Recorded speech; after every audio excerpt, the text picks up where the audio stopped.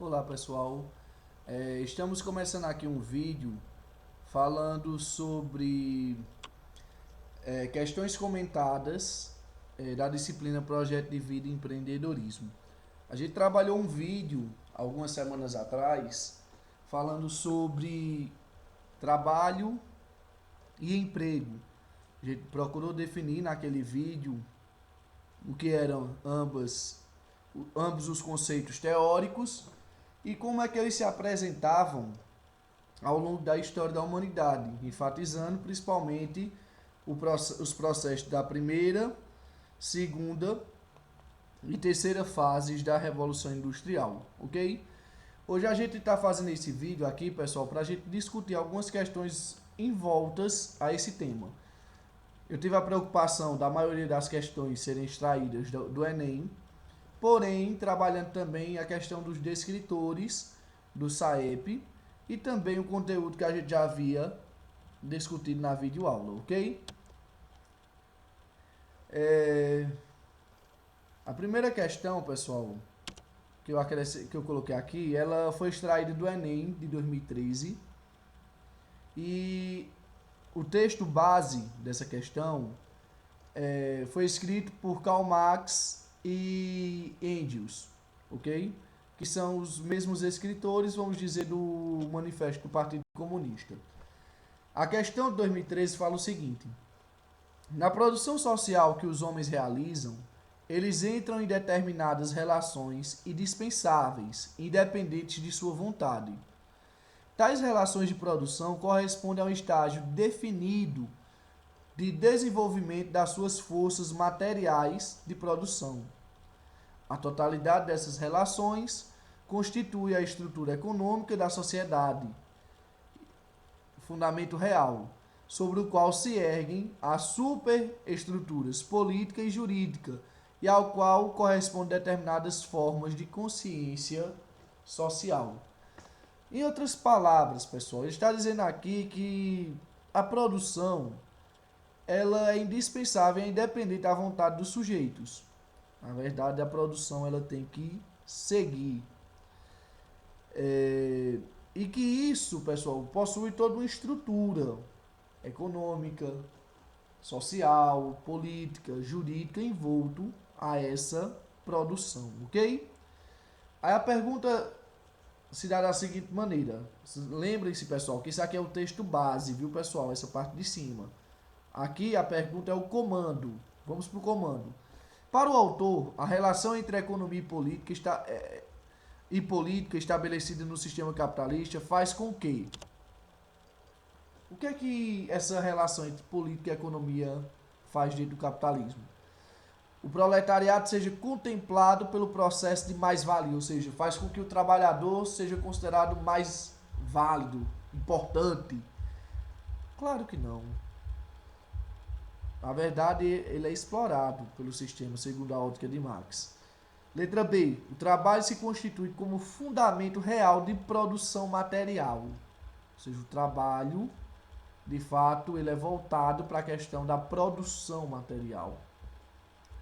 Perfeita. Mas vamos continuar a ver se tem alguma outra questão que possa eliminar essa.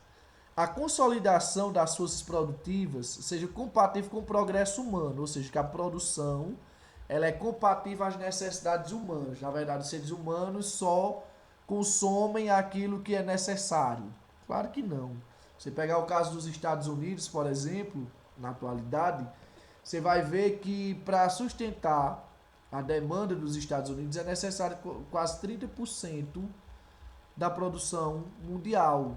E se todos nós consumíssemos tal qual os Estados Unidos, nós precisaríamos em torno de 7 planetas para suprir a necessidade humana. Então, não é compatível questão de produtividade e progresso humano, ou seja, essa relação. Letra D. A autonomia da sociedade civil seja proporcional ao desenvolvimento econômico. A sociedade civil está se desenvolvendo também com o crescimento da economia. Em momento algum. Isso ocorre. A Inglaterra mesmo da primeira fase da Revolução Industrial, ela teve um crescimento em alguns momentos de até 300% ao ano. Crescimento esse que não se demonstrava nos aumentos salariais. Então também é falsa a letra D.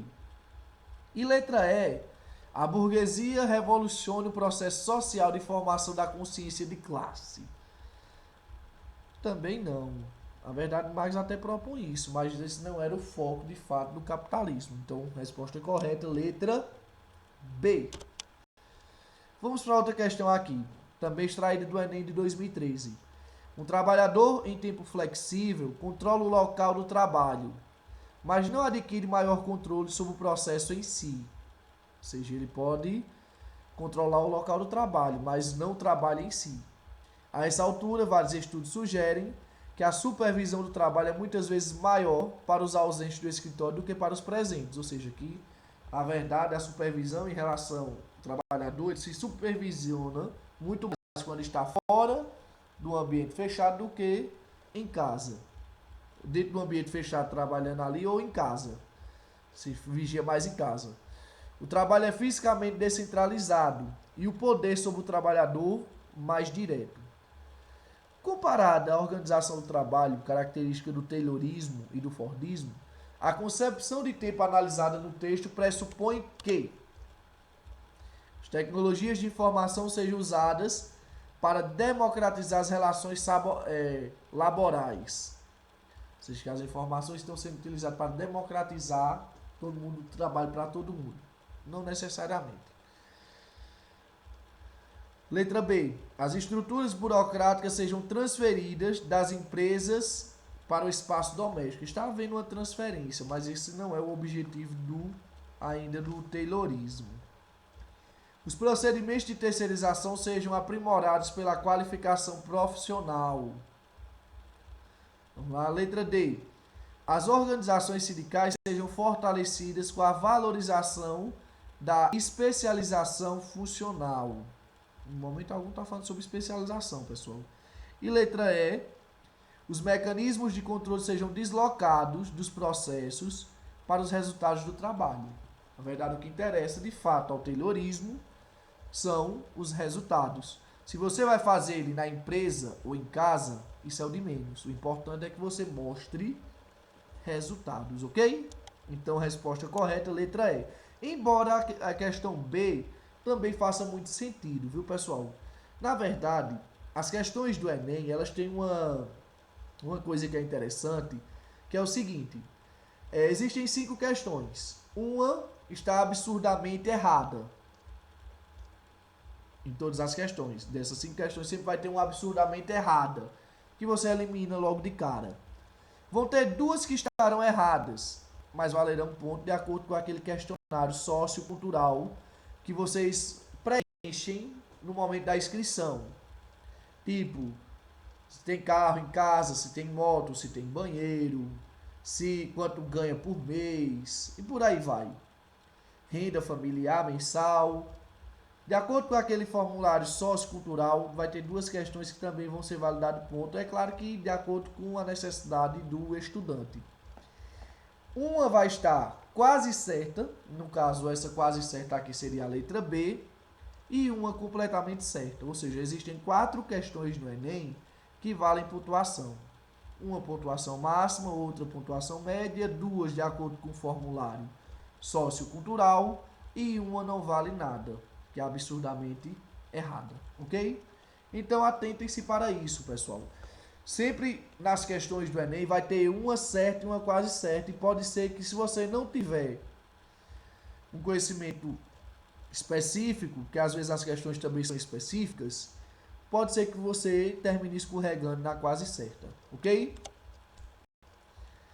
Terceira questão aqui.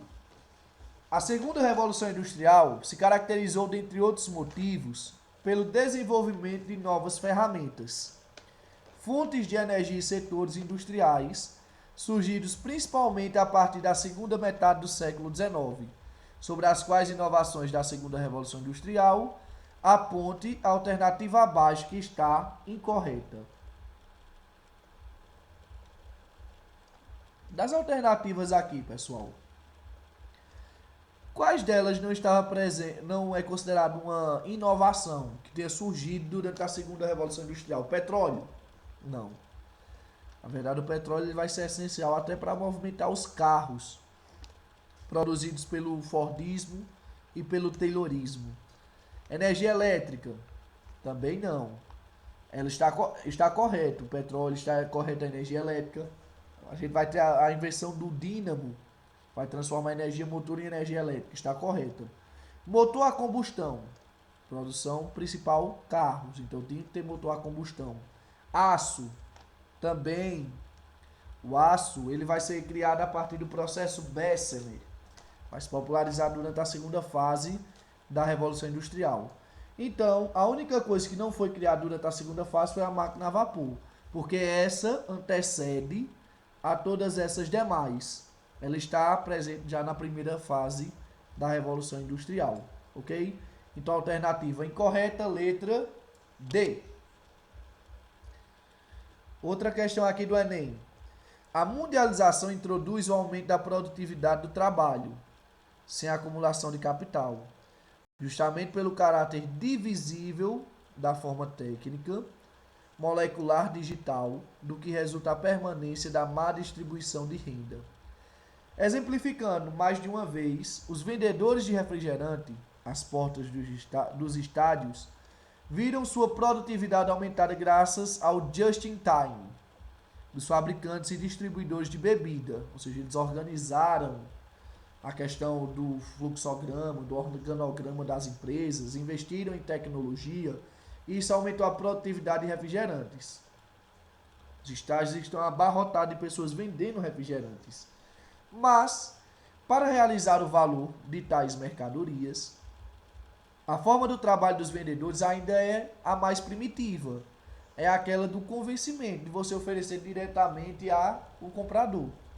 Combina-se, pois, a acumulação molecular digital com o puro uso da força de trabalho. Ou seja, a gente está vendo um avanço tecnológico que possibilita o aumento da produção de refrigerantes, que é essa acumulação molecular digital. Mas, em contrapartida, a gente vê ainda aquele sistema arcaico de venda direta. Ok? Aí vem a questão. Os aspectos destacados no texto afetam diretamente questões como emprego e renda, sendo possível explicar essas transformações pela crise bancária e fortalecimento do capitalismo industrial. No momento algum ele está falando de bancos e de fortalecimento do capitalismo industrial, que seria, vamos dizer, a segunda fase do capitalismo. Inovação toyotista e regularização do trabalho formal. Também não está falando sobre toyotismo, sobre regularização do trabalho formal. Na verdade, eles são ambulantes. Letra C. O impacto da tecnologia e as modificações na estrutura produtiva. Houve uma modificação na estrutura de produção. Isso é interessante. Então, essa letra C ela tem fortes fundamentos. Letra D. Emergência de globalização e da expansão do setor secundário, segmento da população com uma exaltação da tradição colonial. Completamente errada. E letra E. Diminuição do tempo de trabalho e necessidade de diploma superior. Também está errado. Você, para vender no estádio, você não precisa de diploma universitário. Então, resposta correta, letra C. Ok? Vamos continuar. O banco inglês, essa é a quinta questão, pessoal. O banco inglês decidiu cobrar de seus clientes 5 libras toda vez que recorressem aos funcionários de sua agência. Ou seja, toda vez que você ia ser atendido por um atendente do banco direto, você tinha que pagar 5 libras da sua conta por esse atendimento. E o motivo disso é que, na verdade, não querem clientes em suas agências. O que querem é reduzir o número de agências, fazendo com que os clientes usem as máquinas automáticas em todo tipo de transação. Em suma, eles querem se livrar de seus funcionários. Parece o Bradesco de Toritama, viu, pessoal? Que em Toritama, você, para fazer uma transação no caixa convencional, você tem que ter um valor extremamente absurdo. Quase ninguém usa. É mais o caixa eletrônica mesmo. Mas, comparações à parte, vamos continuar. O exemplo mencionado permite identificar um aspecto da adoção de novas tecnologias na economia capitalista contemporânea, um argumento utilizado pelas empresas e uma consequência social de tal aspecto estão em falta de estrutura das empresas locais, ou seja, a falta de estrutura das empresas locais que faz com que os bancos se preocupem em reduzir seu quadro de funcionários? Não. Flexibilização das leis trabalhistas. Pessoal, perdão, eu pulei aqui sem querer. Letra A, qualidade total e estabilidade no emprego. Ou seja, porque eles querem de fato uma qualidade total no serviço. E estabilidade no emprego das pessoas. Não, errado. Letra B, pleno emprego e enfraquecimento dos sindicatos. Ou seja, eles querem garantir pleno emprego aos trabalhadores do banco. Não, eles querem reduzir o quadro de funcionários. Letra C, diminuição dos custos e insegurança no desemprego. Isso aqui é o que, de fato, está ocorrendo, viu, pessoal? Letra C é a resposta correta. Mas a gente vai ler as duas últimas somente para finalizar. Responsabilidade social e redução do desemprego. Ou seja, eles querem reduzir o desemprego. Não, se possível, eles querem aumentar. Maximização dos lucros e aparecimento dos empregos. Também não. Aparecimento de novos empregos, não. Maximização dos lucros, sim. Aparecimento de novos empregos, não. Olha, mas para que vocês não digam que os bancos, de fato, não querem aumentar o desemprego, eu gostaria de citar uma frase, pessoal, do presidente do Itaú. Se vocês pesquisarem aí na internet, vocês vão encontrar. O presidente do Itaú, há cerca de 2 anos atrás, ele deu uma entrevista e ele disse que nunca viu um cenário político e econômico tão favorável para os empresários. Porque agora eles estavam tendo a oportunidade de barganhar, de negociar os salários com os trabalhadores. Isso estava ocorrendo por quê? Porque os índices de desemprego haviam aumentado, ok? Então, quando eu digo que eles de fato gostariam de aumentar o desemprego, é porque com o desemprego eles também têm como negociar salários, ok? Então a resposta correta, como já disse outrora, letra C. Última questão, pessoal, aqui para a gente finalizar. Uma característica marcante da terceira fase da Revolução Industrial é a descentralização da produção industrial, onde o veículo automobilístico pode ter sua linha de produção dividida entre 3 ou mais países. Uma camisa da Nike que é vendida em Nova York por um valor de $70, tem sua produção feita em Singapura a um valor de $5. Ou seja, a camisa é vendida em Nova York por $70, mas a produção dela mesmo, de fato, tecido, costura, acabamento, ela custa para a empresa da Nike $5. Sendo que desse valor de produção, apenas $0,25, o que a gente chamaria de centavos, 25 centavos, vai de fato para o costureiro da mesma. Algo que mostra claramente que o objetivo é baratear os custos da produção e assim aumentar o percentual de lucro da empresa. A pergunta é, o comando, né? O baixo custo da produção nos países do leste asiático se dá ou dó pela falta de estrutura das empresas locais. Ou seja, é barato porque as empresas locais não têm uma estrutura adequada para a produção. Não. Por conta da flexibilização das leis trabalhistas. Pode ser. É um questionamento interessante. Letra C, por conta do trabalho informal. Por conta da informalidade. Também poderia ser. Mas eu ainda fico com a letra B. Letra D, por conta do empreendedorismo por parte dos cidadãos locais, porque os cidadãos locais são extremamente empreendedores. Não. Na verdade, não. E letra E, por conta da localização geográfica de Singapura, porque tudo fica próximo de Singapura. Também não. Então a resposta correta, letra B.